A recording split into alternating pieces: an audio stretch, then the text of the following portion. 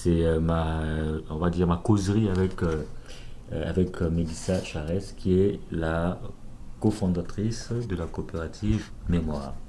Bonjour Mélissa. Bonjour. Alors, est-ce que tu peux te présenter en quelques mots? Qui es-tu, Mélissa, et pourquoi avoir mis en place la coopérative Mémoire? Ah, quelle question pour tenter. Écoute. Bon, c'est compliqué. Je vais essayer d'être brève. Alors, bon, je suis réalisatrice et je suis une artiste, dans le fond, avant tout. Et puis, j'ai fait une carrière quand même pas trop mal, je pense, à la télévision. Mais le dernier emploi que j'ai occupé à TVA me déprimait totalement. Mais même, je pensais que j'allais tomber malade si ça continuait. Ça allait vraiment pas, j'étais pas bien. Et c'est là que j'ai commencé à désirer partir d'une entreprise. Mais là, même peut-être, je vais te surprendre parce que j'en ai pas parlé avec les conseillers, mais d'abord, j'avais l'idée d'acheter un gîte. Ah oui? Ah oui. En fait, j'avais brainstormé toute seule pendant mes heures de travail parce que je m'emmerdais totalement. J'avais brainstormé sur qu'est-ce que je pourrais faire, moi, parce que je voulais absolument partir une business. Être indépendante, être libre. Et puis, j'avais une liste vraiment de 2 pages de trucs. Puis, il y en avait plusieurs que je retenais, comme d'acheter un gîte, mais c'était pas nécessairement pour avoir des passants, des touristes. C'était pour faire un centre d'artistes. Et puis, c'était aussi, un des points intéressants, c'était la vidéobiographie. En tout cas, la vidéo était importante pour moi, évidemment. Mais c'est en parlant avec d'autres que d'autres ont soulevé que ça serait donc bien intéressant. Et puis donc, je me suis dit, OK, d'abord, j'adopte cette idée-là, puis je vais aller voir ce que je peux faire avec ça. Et donc, j'ai commencé avec ça. Mais en fait, je suis documentariste, puis j'essaye, surtout ma démarche artistique vise à parler des exclusions, de l'exploitation, de la détresse humaine. C'est pas mal ça mes thèmes. Et donc, en quoi m'intéressent les biographies? C'est pour laisser une trace de nous sur Terre, puis parler de ce qu'est la personne, l'être humain, profondément, intimement aussi, je dirais. Donc, c'est ça que je fais, puis c'est pour ça que j'ai parti l'entreprise. En gros, là. S'il y a des choses à développer, tu peux développer. Oui. Alors, donc, toi, en fait, quand est-ce que tu as entrepris les démarches et comment ça s'est passé? Bon. C'est une question à deux. Je vais commencer par quand est-ce que j'ai entrepris. Ça, c'est dès que j'ai eu l'idée. Parce que moi, je suis une fille d'action, quand même. Ça prend de l'action. Ça prend de l'action. Moi, j'aime pas ça quand ça niaise. D'ailleurs, ça m'a été une des frustrations en partant d'entreprise parce qu'il y a beaucoup d'étapes, il faut attendre, puis ça prend de l'argent, puis ça prend plein de choses. Ça me frustrait tout le temps. Et donc, dès que j'ai eu l'idée puis que j'ai trouvé que ça avait de l'allure, cette idée-là, je me suis dit, bon, on va voir. Alors là, j'ai appelé tout de suite au CJE. Ça a été la première chose que j'ai faite. Ça a été à l'automne de 2008, si je ne me trompe pas. Mais après ça a ralenti un peu parce que c'est long, justement, un plan d'affaires, ça me faisait très peur. Mais c'est là que j'ai commencé, donc dès que j'ai eu l'idée. Dès que j'avais le ras-le-bol d'être salarié, j'ai entrepris tout de suite des démarches. Okay. Et puis, c'était quoi dans ta deuxième partie de la question? La deuxième question, la première question, c'est quand tu as eu l'idée et quelles étaient les démarches, quoi? OK. Bon, écoute, j'avais aucune idée.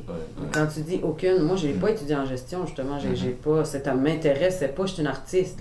Vraiment, ça a toujours été ça. Depuis que j'ai 9 ans, j'écrivais, fait de la danse, j'ai fait du théâtre, de l'humour, j'ai tout fait dans les arts, la musique même, mais jamais les mathématiques, jamais la gestion.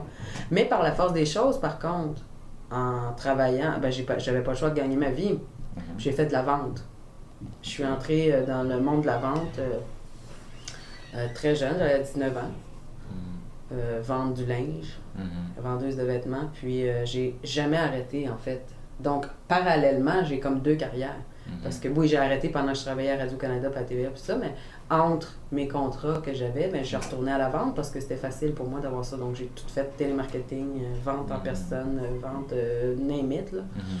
Et donc, j'avais au moins cette expérience-là derrière moi. Je me disais, je suis capable de vendre. Fait que j'ai appelé au CJE premièrement. au CJA dans Huntsic, par exemple. Puis elle m'a parlé de ça. Ça me prenait une étude de marché, ça me prenait un sondage, ça me prenait... Bon, moi, je trouvais ça énorme.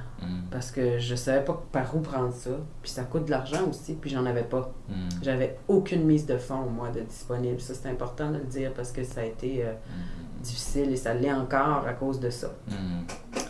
Donc après, j'ai appelé... Ben, le CJE m'ont conseillé aussi d'appeler à CEDEC. Mais moi, j'avais déjà été travailleur autonome un petit peu. Début de ma carrière, donc à 20 ans, là, j'avais comme abordé... là-bas, c'était le CLD à Matane. Mais ça fonctionne pas tout à fait pareil parce que vu que c'est plus petit là-bas, c'est différent l'approche.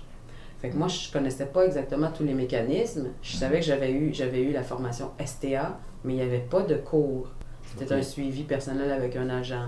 Mais j'étais juste travailleur autonome aussi, c'était différent. Il y avait moins de choses à mettre en place et tout ça. Mais j'avais cette expérience-là aussi, c'est vrai. Et donc, quand on m'a parlé de la CEDEC, ben là, je savais un peu à quoi m'attendre. J'étais allée là, puis là, ça c'était pour l'économie sociale parce que je parlais de 2 projets. Non seulement de fonder une compagnie qui ferait de la vidéo, mais aussi de fonder une mission sociale qui aiderait les enfants. Ça venait de loin aussi. J'avais toujours été préoccupée par le sort des plus pauvres, des plus démunis. Dans ma démarche artistique, mais aussi à cause de mon vécu. Fait que là, je suis arrivée En fait, c'est ça, c'est que l'aventure a commencé dès le moment où j'ai rencontré une première conseillère au CJE qui m'a dit ben, tu pourrais mettre les 2 ensemble. Parce que moi, je voyais ça entreprise et fondation, mais elle m'a dit non, mais ça peut être l'économie sociale. Elle m'a expliqué, moi j'étais néophyte, totalement, connaissais absolument aucune forme juridique. Et là, tranquillement, en allant à la CEDEC, j'ai été conseillée par rapport à comment mettre ça en place. Là, on a parlé quelle forme juridique, justement. Au début, moi, je pensais que ce serait un OBNL. Mais finalement, ça me plaisait moins l'idée d'avoir un CA qui est contrôlé, pas nécessairement par des personnes qui ont à cœur les mêmes choses. Je voulais pas perdre le contrôle, mais en même temps, je suis une fille d'équipe, fait que je suis allée vers la coop. J'ai assisté à des réunions là, concernant ça, puis ils nous disaient, ben ça dépend qu'est-ce que tu souhaites comme finalité de ton entreprise. Puis quand ils ont dit la finalité, c'est de créer ton propre emploi, puis de mettre en commun des expertises différentes, c'était la coop de travail, j'ai tout de suite voulu faire ça. Mais j'étais seule. Fait que j'ai été chercher des gens, mais c'était un peu forcé dans le fond. J'ai greffé des gens à mon projet. C'est pour ça aussi qu'on a eu jamais la synergie d'équipe vraiment. C'est sur la base de quoi que tu allais les chercher? Quelle était ta recette? Ben, en fait, j'étais plus vendeuse que je pensais. Hein, fait que j'allais les chercher, j'ai convainquais. D'abord, je pense que tous, ils ont dit que c'était à cause de la mission qu'ils ont embarqué. Parce que ça les intéressait. Puis aussi, je pense que je suis rassembleuse. C'est une qualité que j'ai, même dans ma famille, je veux dire. Grâce à moi, plein de gens se rencontrent. Ça, c'est bien ça. C'est bien. Et on est ensemble beaucoup. Je suis le chaînon manquant. Fait que je rassemble les gens. Fait que ça a été naturel pour moi. Mais j'avais pas prévu les problèmes qui s'en sont suivis, mais c'est pas grave. Je regrette rien du tout. Puis les gens qui sont impliqués aussi, d'ailleurs, regrettent pas de l'avoir fait. Mais c'était pas comme un parcours normal pour une coop de travail. C'était pas une gang d'amis qui se sont dit on part un projet ensemble. C'était moi qui ai parti le projet et j'ai greffer des gens dessus. Est-ce que c'était sur la base, par exemple, des valeurs?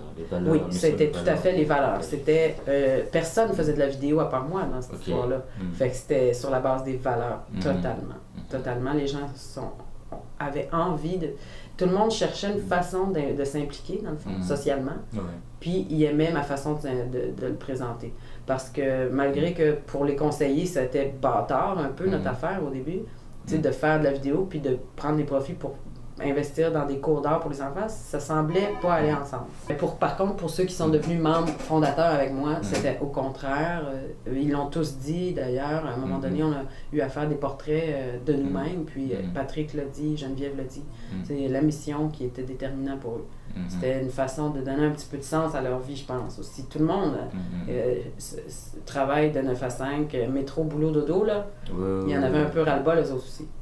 Ça veut dire que toi, quand tu as commencé avec eux, Vous travaillez à temps partiel quelque peu Ouais. sur le projet, c'est ça? Ben, en fait, même moi, ça a été extrêmement difficile de travailler même à temps partiel au début. Bon, j'étais aussi en couple à ce moment-là, ça n'a pas rapport, mais en même temps, oui, parce que lui, il voulait investir de l'argent au début. Mais en même temps, il voulait pas être juste un investisseur. Puis il cherchait à trouver sa place là-dedans, puis il la trouvait pas. Puis il disait, ben, c'est ton projet dans le fond, puis tout ça. Puis entre-temps, je me suis séparée. Et donc, quand l'échéance, parce que j'avais un contrat à TVA qui se terminait en mars, plus l'échéance arrivait, moi, j'aurais souhaité avoir mon plan d'affaires à présenter avant. J'avais déjà commencé à voir le conseiller et tout, mais j'avais pas été capable de le faire. C'est un travail à temps plein, un plan d'affaires.